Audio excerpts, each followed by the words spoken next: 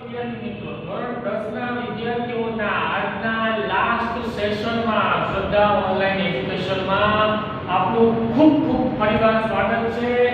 આજનો આપણો last session tune of teens આ જોઈ રહ્યા છીએ. નવું યુનિટ છે જે આપણે આજે કમ્પ્લીટ આજના સેશનમાં કરવાનું છે. અત્યાર સુધી તમે જે કાંઈ વિદ્યાર્થીઓને પ્રોબ્લેમ થયા એના વિશે સોલ્યુશન પણ આપ્યું અને દરેક વિદ્યાર્થીને જણાવવાનું કે પેરેન્ટ્સે પણ આના 4 થી 5 વિડિયો જોવું થાય છે, તો પેરેન્ટ્સે પણ બીજા યા ત્રીજા વિડિયોથી જોવું જોઈએ, સમજવું જોઈએ, કારણ કે વિદ્યાર્થીઓને જે પ્રોબ્લેમ થાય છે પેરેન્ટ્સ ઘણી વખત સમજતા નથી હોતા.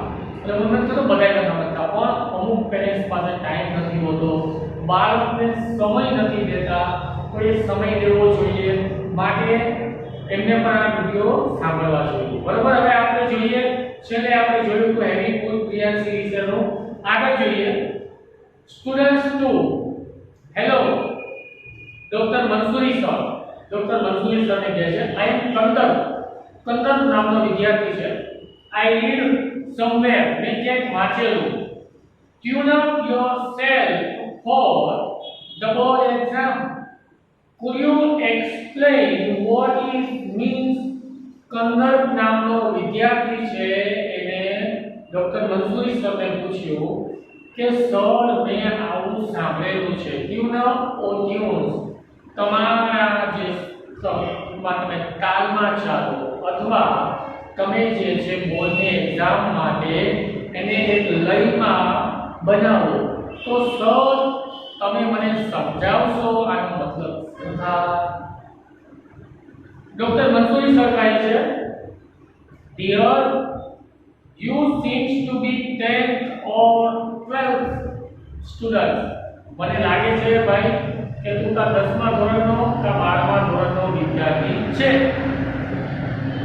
Tune up refers to preparing your mind and body for particular task. Tune up નો મતલબ એવો થાય છે કે તમારી જાતને, preparing your mind, તમારી જાતને, તમારા મગજને, તમારા દિમાગને, તમારા શરીરને કોઈ particular task એટલે કાર્ય, કોઈ કાર્ય માટે તમે એને એક લયમાં બનાવો, એને સક્ષમ બનાવો. બરાબર. એને તમારે ચોક્કસ કાર્ય માટે તૈયાર કરવાનું છે. when it comes to tune up for examination, અને જ્યારે તમે તમારા બોડીને, માઇન્ડને, શરીર માટે તૈયાર કરો છો, you need to know, તમારે અમુક વસ્તુ જાણવી જોઈએ. શું જાણવી જોઈએ? your body and mind work in harmony. harmony એટલે એક સાથે કાર્ય કરવું. તમારું શરીર અને તમારું મગજ આ બંને કઈ રીતે કાર્ય કરે છે એ તમારે જાણવું જોઈએ. આપણે અમુક ખબર પડે છે, આપણે રોડ પર આવતા હોય તો એના ઉપર પાણી નહીં નાખીએ, કોઈ આપણે અગાસી ઊભા છીએ એના ઉપર ફૂટસી નહીં, કારણ આપણું મગજ ને શરીર બે કામ કરે છે ને, આ તો ખોટું પછી ખાણ આવી જાય. બરોબર ને? તો આ વસ્તુ ન થાય. તો એવી જ રીતે તમારે તમારા શરીરને, તમારા મગજને તૈયાર કરવાનું છે કે બોર્ડની પરીક્ષા માટે, જેથી કરીને તે પાછું કરે નહીં અને બંને કઈ રીતે કાર્ય કરે છે એ જોવાનું છે. You should identify your strength and weakness in the first place. હવે સૌથી પહેલા તમારે તમારી જાતને ઓળખવાની, એના પછી ઓળખવાની એટલે એમ ન ઓળખવાની ભાઈ રાજેશ રામાવત, આ ભાઈ ગોપાલ છૈયા, તો એવું નથી ઓળખવાનું. તમારે તમારી જાતને ઓળખવાની. કેવી રીતે? તમારામાં કેટલી તાકાત છે એ તમારે જોવાનું છે. કેટલી તાકાત છે, તાકાત એટલે બાજવાની તાકાત, વીકનેસ નબળાઈ. તાકાત એટલે કેવી રીતની તાકાત કે તમારા મગજની ક્ષમતા કેટલી છે એ જોવાની છે. વીકનેસ એટલે કે તમારામાં નબળાઈ છે, મતલબ તમે કેટલું કેટલું વાંચો છો, તમને કેટલું યાદ રહે છે, આ તમારે જોવાનું છે. Observe yourself for a week or two. હવે તમે તમારી તાકાતને કેમ ઓળખશો? એક અઠવાડિયા માટે અથવા બે અઠવાડિયા માટે તમારે એના ઉપર નિરીક્ષણ કરવાનું. કઈ રીતે ઓળખાય? તો તમે વાંચો. ગણિત છે તો મેથ્સના દાખલા તો એમાં ભરી આવતા હોય વગેરે વગેરે કોઈ કાર્ય થતું હોય તો તમે એક યા બે અઠવાડિયા માટે એના ઉપર ઓબ્ઝર્વેશન કરો કે તમે કેટલું લખ્યા પછી તમને કેટલું યાદ રહે છે. તમે વાંચીને પછી લખો તો તમે કેટલું લખી શકો છો. તો આ સ્ટ્રેન્થ થઈ તમારી. કોઈ બાજવાની સ્ટ્રેન્થ તાકાતની વાત નથી. નબળાઈ એટલે કોઈ પુસ્તો મારે હેઠો પડી જાય એ નબળાઈની વાત નથી. પણ તમે કેટલું યાદ નથી રહેતું. ગણિત કરો છો તો તમે કેટલા દાખલા યાદ નથી રહેતા. ઇંગ્લિશ કરો છો તો કેટલા સ્પેલિંગ ભૂલી જાઓ છો. સાચા લખો છો, ખોટા લખો છો, કેપિટલ લેટર ક્યાં આવે છે, આર્ટિકલ ક્યાં આવે છે. તો આ બધી વસ્તુ તમારે જોવાની છે. તો એક યા બે અઠવાડિયા માટે તમે આ વસ્તુ ચેક કરો. પછી આગળ કહેવામાં આવે છે always remember that your strength are your assist એટલે સંપત્તિ.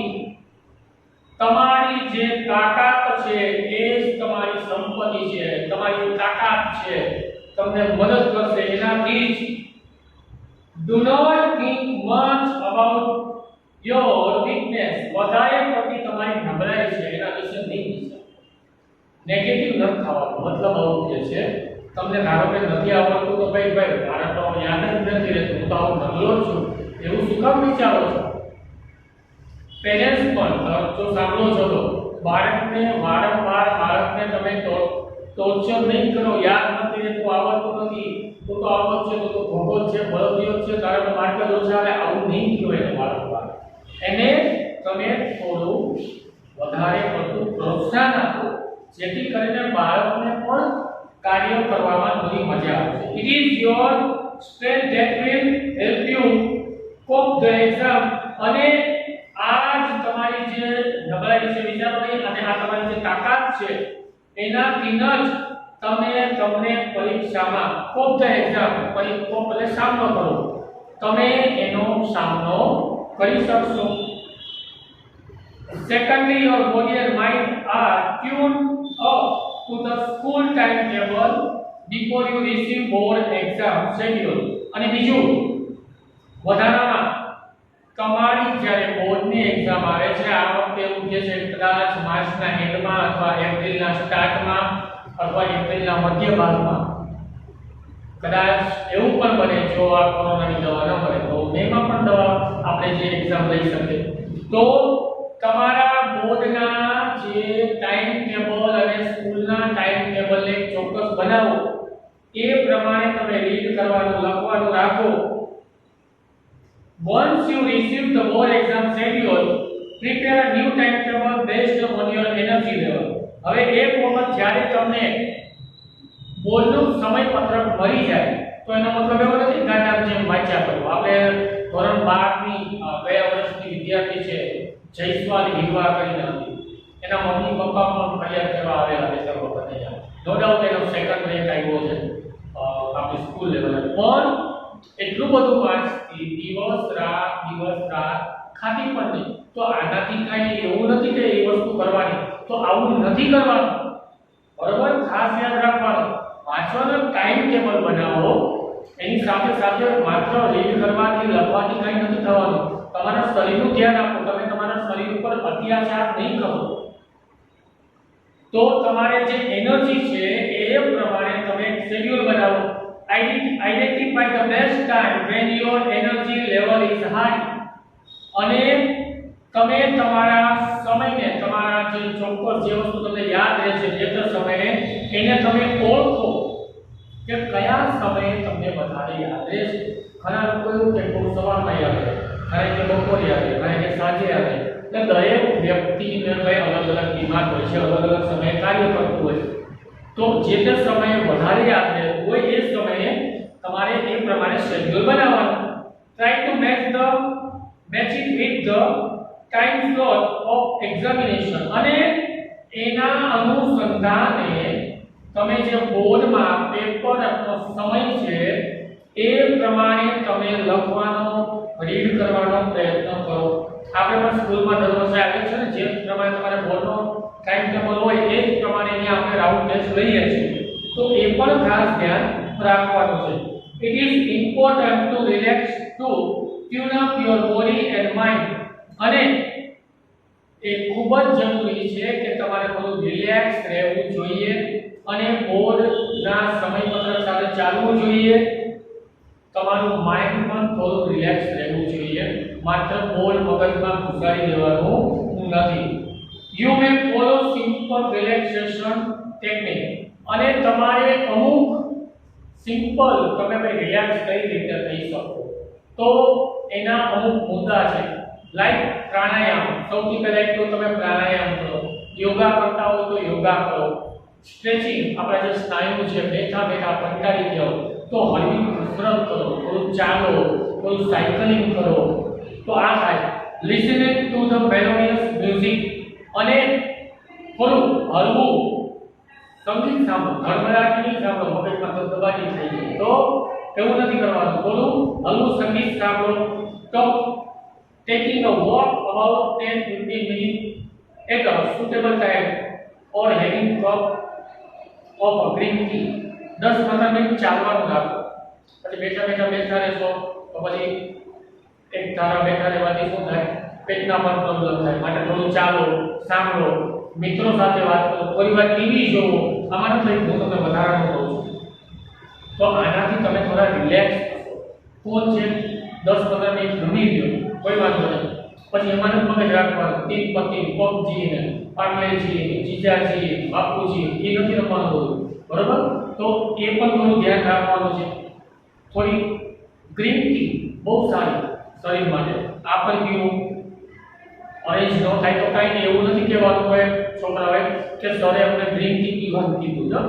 ન થાય કાંઈ વાંધો નહીં, હું નથી પીતો, નહીં નથી પીતી ગ્રીન ટી, પણ મેં સાંભળ્યું છે ગ્રીન ટી સારી શરીર માટે. You can even spare some time for talking to your friends or parents. માતા પિતા સાથે વાત કરો, મિત્રો સાથે. તો મેં પણ તમને કીધું maintain a cheerful mood and don't work in a frenzy. બે બાકડા ફ્રેન્સી અને બે બાકા થઈને કામ ન કરો. ગાંડા જેમ આમ આટલું કરતા ભૂલું કરતા બાપા કરતા. અરે ભાઈ એમ તારું બધું વિખાઈ જાય. પરીક્ષામાં બેહો છો ને તો તમે જ્યારે એક્ઝામ લખતા હોય પેપર સ્ટાર્ટ કરો એટલે આ બે બાકડા વાંચો ને કાંઈ ના આવે, પણ નિરાશ જેમ આપણે અહીંયા લખો છો ત્યાં જ ત્યાં લખવાનું છે. રિલેક્સ થઈને લખો, બિલકુલ નિરાતે લખો, જેથી કરીને તમને એકદમથી બધું યાદ આવતું જશે. ધીમે ધીમે નહીતર જે યાદ હશે એ પણ ભૂલાઈ જશે. આજુબાજુ જોશો ને યાદ હશે એ ભૂલાઈ જશે. Guarantee. Wish you all the best. બધાને ખૂબ ખૂબ શુભેચ્છા. અનુજ ચલો પત્રો છે. અનુજ કહે છે students did you enjoy the programme. બાળકોને કહે છે તમને પ્રોગ્રામમાં મજા આવી? A big round of applause from the audience. applause એટલે બાળકોએ ખૂબ જ તાળી પાડી. બધાને મોજા આવી ગયા. બૂટ નહીં મોજા આવી ગયા. મજા આવી ગઈ બધાને. This tell us all. અને આનાથી ખબર પડી જાય બધાને ખૂબ મજા આવી છે. I think it's time to conclude our program. હવે મને એવું લાગે છે કે આ પ્રોગ્રામ પૂરો કરવાનો સમય આવી ગયો છે.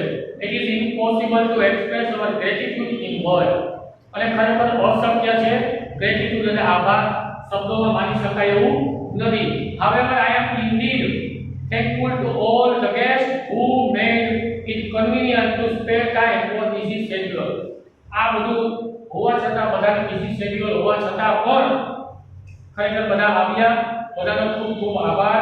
અને આપણો જે સમય છે કન્વીનિયન્ટ એમના અનુકૂળ આવી અને આપણે સાથે સમય પસાર કર્યો, આપણને સમય આપ્યો, બધાને માર્ગદર્શન આપ્યું. ખૂબ ખૂબ આભાર.